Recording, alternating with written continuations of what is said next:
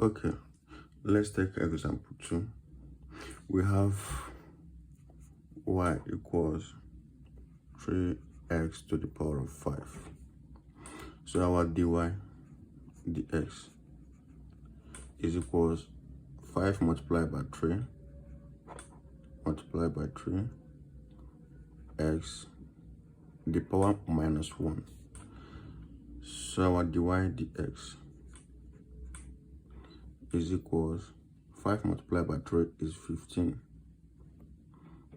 x 5 minus 1 is 4.